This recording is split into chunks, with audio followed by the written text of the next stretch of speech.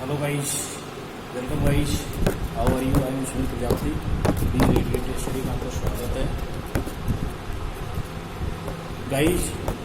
अभी हमारा जो क्लास चल रहा भी है, आईटीआई की इंजीनियरिंग ड्राइंग की क्लास हमारी चल रही है।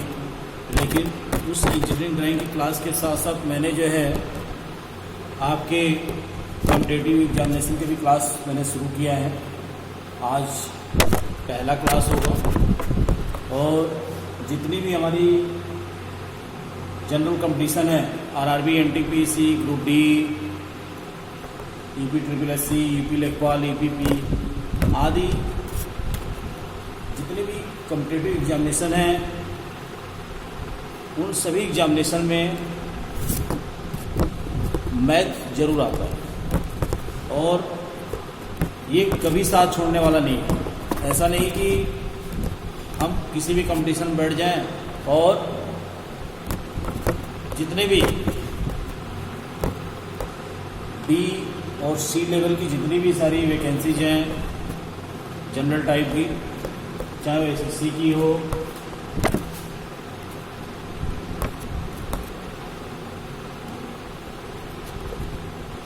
एसएससी हो, यूपी लेखपाल हो, यूपीपी हो, जितनी भी आज वैकेंसीज हैं सभी में मैथमेटिक्स का सेशन, मैथमेटिक्स का टॉपिक्स बड़ा इम्पोर्टेंट होता है। जो इनका सिलेबस है वो देता ही देता है, हमें फेज ही करना है, तभी हमारा कंपटीशन निकलेगा। खैर, सभी के सिलेबस होते हैं, हर एक बिंदु पे ध्यान देना होता है। सिर्फ मैथमेटिक्स की बात मैं नहीं करना चाहता हूँ कि ऐसा नहीं आप सिर्फ मैथमेटिक्स पढ़ के आप पास हो जाओ। आपको मैथ के साथ साथ रीजनिंग भी चाहिए, जीके भी चाहिए, जीएस भी चाहिए, आपको करंट अफेयर्स चाहिए, बहुत सारी ऐसी चीज़ें हैं। हर नौकरी के साथ सबका अपना एक सिलेबस होता है। उस सिलेबस, उस पैटर्न के आधार पर हमें तैयार करना पड़ता है उस कॉम्पिटिशन को बीट करने के लिए, फेस करने के लिए। तो उसमें जो मैथ का सेशन है वो मैथ का सेशन मैं स्टार्ट करने जा रहा हूँ। ये ऑल जनरल कॉम्पिटिटिव एग्जाम जितने भी हैं वो सबके लिए कॉमन है, कुछ अलग नहीं है। हम इस सेशन में उन पॉइंट को देखेंगे, उन बारीक से बारीक चीज़ों पे ध्यान देंगे जो हमें काफ़ी कष्ट देते हैं। हमें उन सब सारी चीज़ों पे ध्यान देना है जो हम ये नहीं समझ पाते ये कैसे हो गया। हम हर एक कॉन्सेप्ट को समझेंगे, जितनी भी पॉइंट हैं, जितने भी डाउट्स हैं, वो अपने मैथ के सेशन में क्लियरली समझेंगे। चाहे वो लड़का, चाहे वो जैसा हो, चाहे वो मैथ में 0 हो, ठीक हो, कोई बात नहीं, ये सबके लिए है। हम उन छोटी छोटी चीज़ों को पढ़ेंगे जो आपको समझ में नहीं आती। हम उन छोटी छोटी चीज़ों को जानेंगे जो आप कभी नहीं सोचा नहीं है। तो हमारा एक पॉइंट ऐसा होगा जो हमें आशा होगा कि आपको बिल्कुल समझ में आ जाए और हम उस चीज़ को समझाएं जिससे आपको क्लियरली किसी भी एग्जामिनेशन में किसी तरह की कोई तकलीफ ना हो। तो अब स्टार्ट करते हैं अपनी क्लास को। और आज हमारी मैथ की पहला क्लास है। इस सेशन को हम बड़े बेसिक से स्टार्ट करेंगे, बड़े बेसिक पहले लेसन से चलेंगे और क्लियरली 1 बाय 1 करके सभी लेसन को फिनिश करेंगे और हर एक टॉपिक को समझेंगे। इसमें ट्रिक भी समझेंगे, मेथड भी समझेंगे, सब सारी चीज़ें समझेंगे। क्योंकि देखो, हम बिना ट्रिक का कंपटीशन नहीं निकाल सकते। हमें विद्वान नहीं बनना, हमें नौकरी चाहिए और नौकरी के लिए हमें जितना ट्रिक पता हो, लेकिन ट्रिक तभी पता होगा जब हमें उसका कॉन्सेप्ट पता हो, जब हमें उसकी बेसिक पता हो। तो हम उन दोनों चीज़ों को पढ़ेंगे, बेसिक भी पढ़ेंगे, ट्रिक भी पढ़ेंगे और अपने कॉन्सेप्ट को क्लियर भी करेंगे। ठीक है। रही बात, ट्रिक की आवश्यकता इसलिए होती है अपने समय को बचाने के लिए। अगर हमारा समय सवाल को हल करने में ही लग जाएगा। हम बेसिक से ही शुरू कर देंगे, अपने बेसिक फंडामेंटल से ही वन बाई वन करके वन बाई एक लाइन करके हमने हल करना शुरू कर दिया तो समय हमारा ख़त्म हो जाएगा और हम क्वेश्चन का सॉल्व करने का स्कोर नहीं बना पाएंगे। इसलिए हमें मैथ में ट्रिक भी जानना बहुत ज़रूरी है। ठीक है, अगर ट्रिक नहीं होगा तो हम किसी भी कंपटीशन में टाइम को नहीं बचा पाएंगे। तो हम दोनों पार्ट को लेके चलेंगे, ट्रिक भी चलेंगे और कॉन्सेप्ट भी लेके चलेंगे। ओके, अगर आपको किसी तरह की डाउट होगी, किसी तरह की प्रॉब्लम आती है तो आप मुझे कमेंट बॉक्स में ज़रूर लिखेंगे। ठीक है गाइस, आप वीडियो को ज़्यादा से ज़्यादा शेयर करेंगे, सब्सक्राइब करेंगे, लाइक करेंगे और जो भी डाउट होगा हमारे कमेंट बॉक्स में लिख के इन्फॉर्म करेंगे। ओके, तो स्टार्ट करते हैं।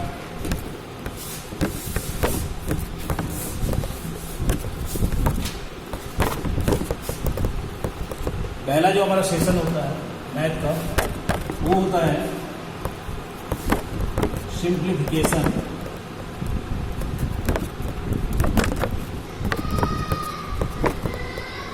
अर्थात सरलीकरण।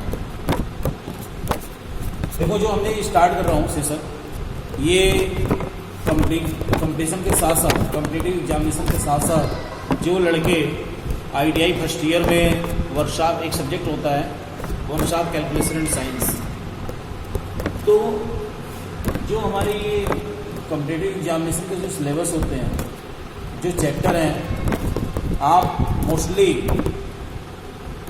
उस ITI के फर्स्ट ईयर के वर्कशॉप कैलकुलेशन एंड साइंस के सब्जेक्ट से मिलता जुलता है। तो जो लड़के ITI कर रहे हैं वो भी इस सेशन को देखेंगे, समझेंगे, वो आपको उसमें भी काम आएगा। ओके गाइज, तो स्टार्ट करते हैं सिंप्लीफिकेशन, सरलीकरण। देखो, सरलीकरण का मतलब होता है हम किसी भी सवाल को कितनी आसानी से, कितना छोटा से छोटा हल करके उसका आंसर ला दें। और जो सिंप्लीफिकेशन में जो हमारे टॉपिक होते हैं वो होता है, पहला होता है BODMAS,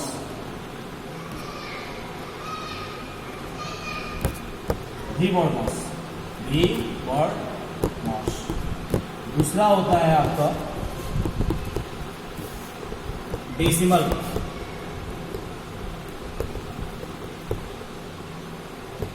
तीसरा होता है फ्रैक्शन और लास्ट होता है आपका स्क्वायर रूट। स्क्वायर, ठीक है गाइस। तो हम पहले BODMAS को पढ़ेंगे, उसका डेसिमल पढ़ेंगे, फ्रैक्शन पढ़ेंगे, स्क्वायर रूट पढ़ेंगे। ये सब सिंप्लीफिकेशन के अंतर्गत आते हैं। ये मैथ का पार्ट 1। उसके बाद पार्ट 2 पढ़ेंगे। ओके गाइस, उसके बाद पार्ट। ओके, तो हम पहले पार्ट 1 को फिनिश करेंगे, उसके बाद पार्ट 2 को। जो पार्ट 1 के जो लेसन है, BODMAS, decimals, fraction, square root, ये काफ़ी इम्पोर्टेंट है। और ये जो लेसन हमारे, अगर ये हमने जान लिया, इनसे हमने सीख लिया, तो इनको हल करने में हमें कोई विशेष तकलीफ नहीं होगी। ओके, और एक चीज मैं और बता दूंगा, इन सभी लेसन से आपके क्वेश्चन कॉम्पिटिशन में आते ही आते हैं। अगर आपने इनको जान लिया तो ऐसा नहीं इसमें से क्वेश्चन ना आए, चाहे कोई भी कॉम्पिटिशन, RRB, NTPC हो, POG हो, UPTPSC का कोई सा भी, UP लेखपाल हो, वीडियो हो, कोई सा भी एग्जाम हो, UPP हो, SSC, इसमें से क्वेश्चन जरूर आते ही आते हैं गाइस। तो हम स्टार्ट करेंगे पहले भी मॉड मॉस। ये हमारा पहला लेसन है सिंप्लीफिकेशन पार्ट 1 का, और ये जानेंगे भी मॉड मॉस होता है क्या, एक एक करके जानेंगे। उसके बाद जब हमारा ये फिनिश होगा तो डेसिमल के बारे में जानेंगे, फ्रैक्शन के बारे में जानेंगे, स्क्वायर रूट के बारे में जानेंगे। हम बेसिक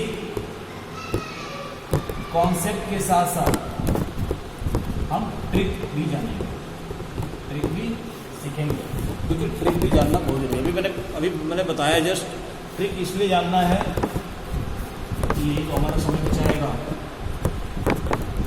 समय का सेव करना ट्रिक का काम है, लेकिन ट्रिक तभी आएगा जब मुझे बेसिक कॉन्सेप्ट पता हो। अगर हमें बेसिक नहीं पता है, बेसिक कॉन्सेप्ट क्लियर नहीं है, हमने प्रॉपर क्वेश्चन को नहीं लगाया हुआ है, तो हमें ट्रिक समझ में नहीं आएगा। क्योंकि ट्रिक चंद समय के लिए होता है, लॉन्ग टाइम के लिए नहीं होता है। लॉन्ग टाइम के लिए सिर्फ बेसिक कॉन्सेप्ट होता है, और बेसिक कॉन्सेप्ट समझना बहुत जरूरी है। अगर एक बार आपके दिमाग में बेसिक घुस गया, बेसिक बैठ गई, तो आप अपने आप ट्रिक बना लोगे। एक सॉल्यूशन के साथ साथ आप 3 तरीके से सॉल्यूशन कर सकते हो, 2 तरीके से सॉल्यूशन कर सकते हो। ओके गाइस, तो स्टार्ट करते हैं समय को देखते हुए।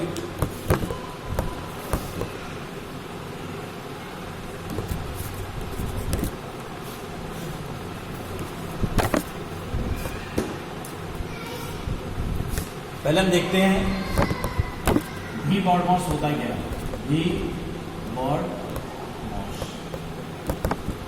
ठीक है। भी मॉड, वी मतलब होता है वेनिकुलम बार, वेनिकुलम बार। ये क्या होता है, बार। बार कैसा होता है, एक तरह का ये क्या होता है, कोष्ठक होता है, ब्रैकेट होता है। ओके, एक तरह क्या होता है, कोष्ठक होता है।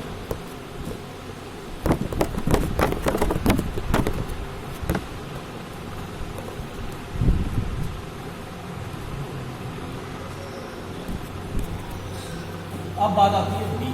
बी क्या होता है, ब्रैकेट। ब्रैकेट में हमारे 3 ब्रैकेट होते हैं। अब ये मत सोचना सर ये भी आपने ब्रैकेट बताया, ये भी आपने कोष्ठक की बात कही थी, लेकिन ये अलग है। जैसे क्या है, एग्जाम्पल के तौर पे अगर मान लो 9 + 2 / 3 बार × 1,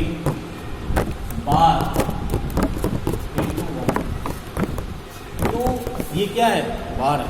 ये क्या है, वेनिकुलम बार है। ये तरह का क्या है, कोष्ठक। अभी मैं इसके बारे में बताऊंगा कैसे ये क्यों होता है, भी मॉड मॉस में कैसे हल करते हैं इसको, तो सब सारी चीजें हम जानेंगे। ओके गाइस, बी मतलब होता है ब्रैकेट। ब्रैकेट मतलब होता है, पहला हमारा क्या होगा ब्रैकेट में, स्मॉल ब्रैकेट।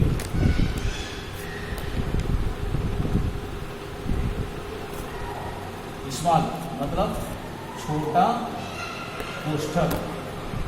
छोटा कोष्ठक कैसा होता है, छोटा कोष्ठक कैसा होता है, जैसे हमने बंद किया हुआ है, ये होता है छोटा कोष्ठक। क्या होता है, छोटा कोष्ठक। उसके बाद आता है आपका मझोला कोष्ठक, जिसको कहते हैं कर्ली ब्रैकेट। क्या कहते हैं इसको, कर्ली ब्रैकेट। कर्ली ब्रैकेट कैसा होता है, ये दूसरे नंबर पे है। और तीसरे नंबर पे हमारा होता है बिग ब्रैकेट। बिग ब्रैकेट कैसा होता है, ओके गाइस। तो हमारा पहला क्या था, वेनिकुलम बार ब्रैकेट, ठीक है। बी फॉर ब्रैकेट, ब्रैकेट में 3 हो गए, स्मॉल ब्रैकेट, मझोला कोष्ठक, और ये बिग ब्रैकेट मतलब बड़ा कोष्ठक। ओके,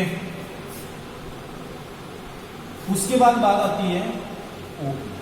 ओ मीन्स होता है ऑफ। ऑफ की हिंदी होती है का। ये जो है आपके ज्यादातर परसेंटेज अगर हमें यूज होता है कैसे, जैसे मान लो आपका दे दिया 40 का 10% क्या होगा। ओके, ये क्वेश्चन दे दिया। का मतलब होता है गुणा, एक तरह से गुणाई है, लेकिन इसका इस्तेमाल हम कैसे करते हैं, इसके क्वेश्चन कैसे बनते हैं। तो क्या बनेगा question, 40 into 10 whole divided by 100, क्योंकि परसेंटेज क्या है, परसेंट, सेंट मीन्स 100, पर माने प्रति, मतलब 1/100। इसकी जगह पर हमने क्या किया, चलो पूरा कर लिखते हैं, 40 गुणे 10 100। ठीक है, 0 से 0 गया, क्या होगा 40/10 इज इक्वल टू 4। ठीक है, समझ में आया, नहीं आया समझ में। तो ये क्या हुआ, आप मीन्स क्या होता है, गुणा। एक तरह से क्या हुआ, गुणा।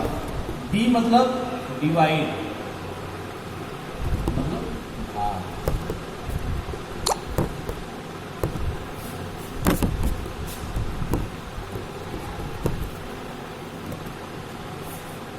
क्या होगा दोस्तों,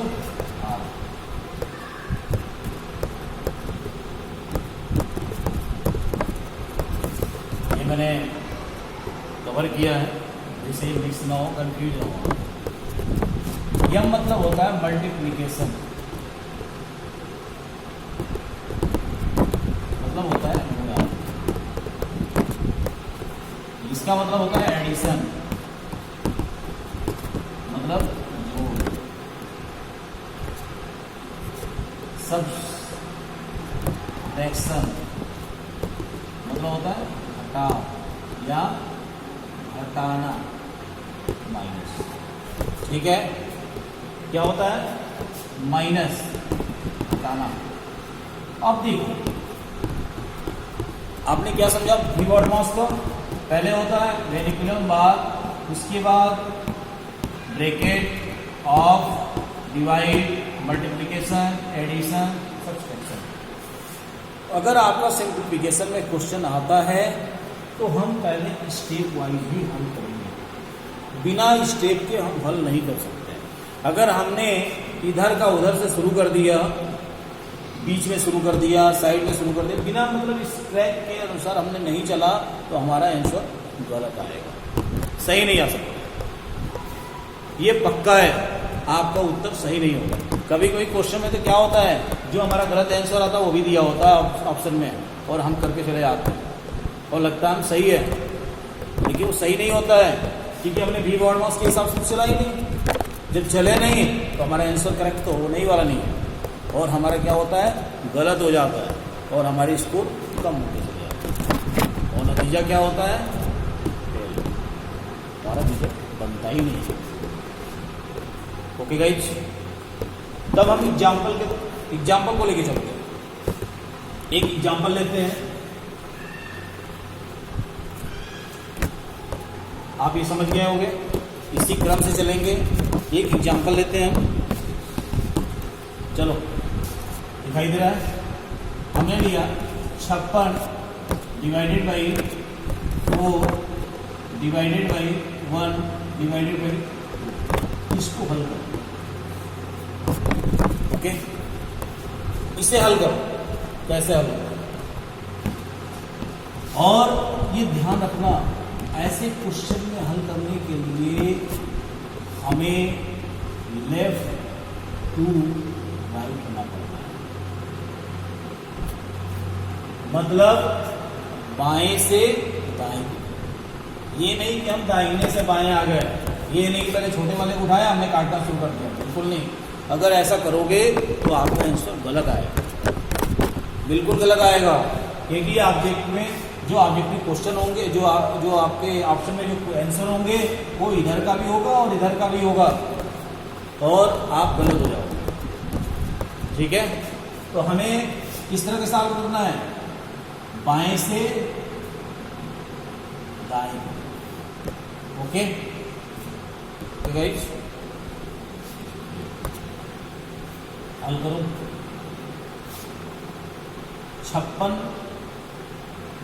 में 4 का भाग करो, कितना होगा, 4 4 एक नम 4 और 4 चौको 16। इसमें 1 का भाग करो 14 ही होगा। इसे 2 का भाग करो कितना होगा, 7। ये हमारा क्या हुआ, ये आंसर क्या हो गया, क्या आया, आंसर आ गया। चलो एक क्वेश्चन तुम करो, नोट कर लो इसे एक बार, और सभी लोग नोटबुक जरूर लाएं, क्योंकि नोटबुक होना बहुत जरूरी है। अगर आपके पास नोटबुक नहीं होगा तो आप सब सारी चीज़ें भूल जाओगे। और नोटबुक के साथ साथ, क्लास के साथ साथ आपकी प्रैक्टिस बहुत ज़रूरी है। अगर प्रैक्टिस नहीं करोगे, प्रैक्टिस में नहीं रहोगे, तो आपकी सब सारी चीज़ें भूल जाएंगी, सब सारी चीज़ें भूल जाएंगी, कुछ भी नहीं रहने वाली। ठीक है, तो हम एक नए क्वेश्चन के साथ चलते हैं,